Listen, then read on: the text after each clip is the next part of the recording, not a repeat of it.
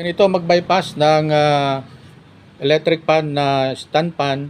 Okay, ito 'yon ito yung capacitor niya. Ito yung wire ng capacitor. Mag-tap lang ng isang linya dito sa isang linya ng capacitor. Dalawa kasi yan, isang itim tsaka isang pula. So sa itim tayo mag-tap papuntang power cord, yung isang linya ng power cord, yung power cord niya. Tapos yung isang linya ng power cord naman, ganun pa rin, dito pa rin sa isang papuntang switch. Tapos yung 1, 2, 3 niya, pwedeng hindi nyo naputulin yan. Pare-pares lang man ng linya yan. Ayan pinutol ko yan kasi nagpalit ako ng bushing at shafting. At nilagyan ko rin ng oil yung foam niya.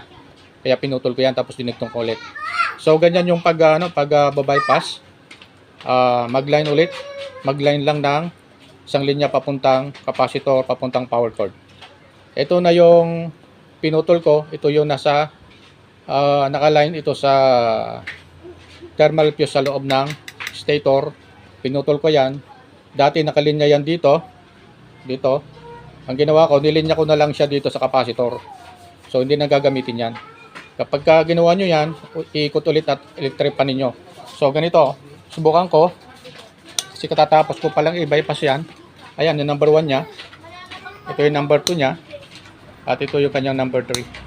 So yan, so makikita ninyo, color coding naman yung dito nagbago na lang ako ng kulay kasi nagdugtong na ako sa may capacitor na nirekta ko. Okay, sana na kapulot ulit kayo ng